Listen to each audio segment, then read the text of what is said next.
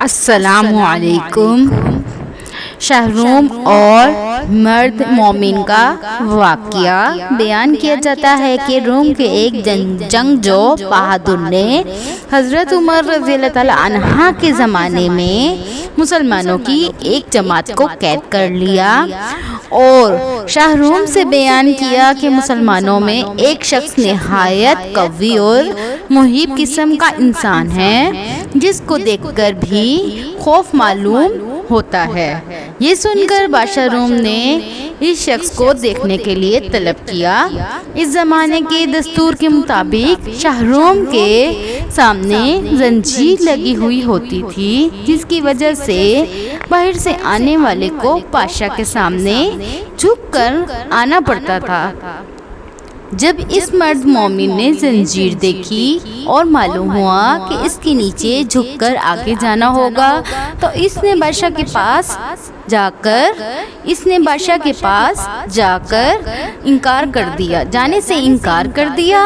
تب شاہروم نے اس زنجیر کو اٹھانے کا حکم دیا تاکہ وہ شخص اس کے پاس آ سکے جس سے اس کو دیکھنا اور اس سے باتیں کرنا منظور تھا۔ چنانچہ جب وہ شخص بادشاہ کے پاس گیا تو بادشاہ نے اس شخص سے کہا کہ تم ہمارے دین میں داخل ہو جاؤ تاکہ میں اپنی انگوٹھی تم کو پہنا کر روم کی سلطنت عطا کر دوں۔ یہ سن کر اس مرد مومن نے کہا کہ دنیا کا آخر کتنا حصہ تیرے قبضے میں ہے؟ بادشاہ کہنے لگا دنیا کا تقریباً 2.5 اور 1/4 حصہ میرے قبضے میں ہیں۔ اس مرد مومن نے کہا کہ اگر پوری دنیا بھی تیرے قبضے میں ہوتی اور تو ایک دن کی اذان کے حوض مجھے دیتا تو میں تب بھی تیری یہ دعوت قبول نہ کرتا، جبکہ تو اپنی سلطنت کے عرض میرا ایمان خریدنا چاہتا ہے۔ شاہروم نے یہ سن کر دریافت کیا کہ اذان کیا چیز ہے تو مرد مومن نے اس کے سامنے اذان کے کلمات پڑھے۔ یہ سن کر شاہروم سمجھ گیا کہ اس کے دل میں حضرت محمد صلی اللہ علیہ وآلہ وسلم کی محبت سما چکی ہے، اس طرح کام نہیں چلے گا۔ یہ سوچ کر اس نے حکم دیا کہ ایک دیگ میں پانی کھلا کر اس شخص کو اس میں ڈال دیا جائے تاکہ کھولتے پانی میں پڑھ کر اس کا کام تمام ہو جائے یا خوف کھا کر اپنے دین سے پھر جائے۔ چنانچہ حکم کی تعمیل کی گئی۔ جب اس مرد مومن کو دیگ میں ڈالا گیا تو وہ بسم اللہ پڑھ کر داخل ہوا اور حکم الہی کی برکت سے دوسری جانب سے باہر آ گیا۔ یہ دیکھ کر لوگوں کو بھی تعجب ہوا۔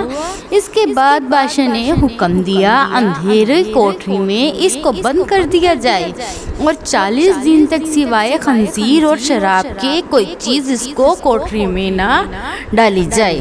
چنانچہ اس کی تعمیل کی گئی اور جب 40 روز کے بعد کوٹری کھلی تو لوگوں نے دیکھا جو کچھ اس میں ڈالا گیا تھا اس میں سے مرد مومن نے کچھ بھی نہیں کھایا۔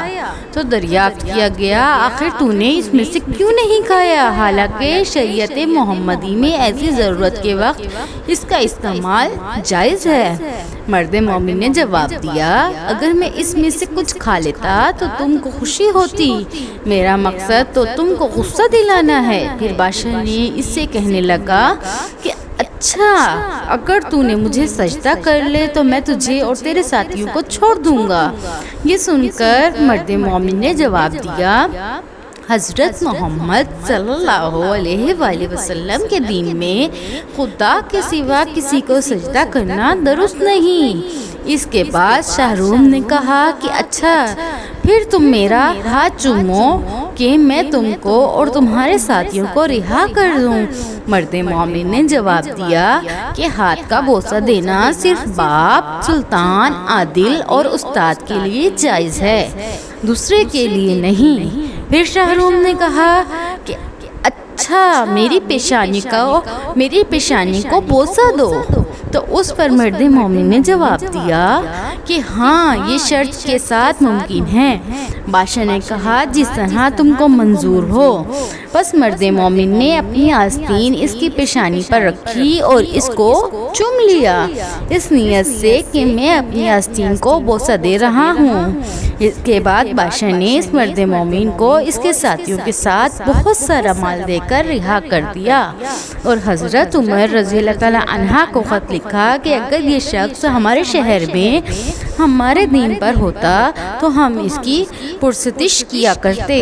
چنانچہ وہ شخص مرد مومن حضرت عمر رضی اللہ تعالی عنہ کی خدمت میں حاضر ہوا تو آپ رضی اللہ تعالی عنہ نے حکم دیا کہ مال سب کا سب اپنے حصے کے لیے مخصوص نہ کر لو، بلکہ اس میں سے رسول اللہ صلی اللہ علیہ وآلہ وسلم کے شہر کے لوگوں کو بھی شامل کر لو۔ یہ سن کر مرد مومن نے اس کی تعمیل کی اور جو عطیہ یا نذرانہ اس کو ملا تھا اس میں سب لوگوں کو شریک کر لیا۔ امید ہے کہ اس واقعے سے ہمیں سبق ملے گا، اور یہ سبق ملے گا کہ سچ ہے جو شخص ایمان اور اخلاص کے ساتھ اللہ پر بھروسہ رکھتا ہے، اللہ تعالیٰ ہر حال میں اس کی مدد فرماتا ہے۔ چنانچہ ہمیں بھی چاہیے کہ ہر موڑ پر صرف اور صرف اللہ پر نظر رکھیں۔ اللہ تعالیٰ ہم سب کو عمل کرنے کی توفیق عطا فرمائے، آمین ثم آمین۔ اگر آپ کو میری اسٹوری اچھی لگی ہو تو پلیز میرے چینل کو لائک کیجیے گا، سبسکرائب کیجیے گا، شیئر کیجیے گا، اور کمنٹ سیکشن میں اپنے قیمتی رائے کا اظہار ضرور کیجیے گا۔ اس سے میری حوصلہ افزائی ہوگی۔ دعاؤں میں یاد رکھیے گا۔ اللہ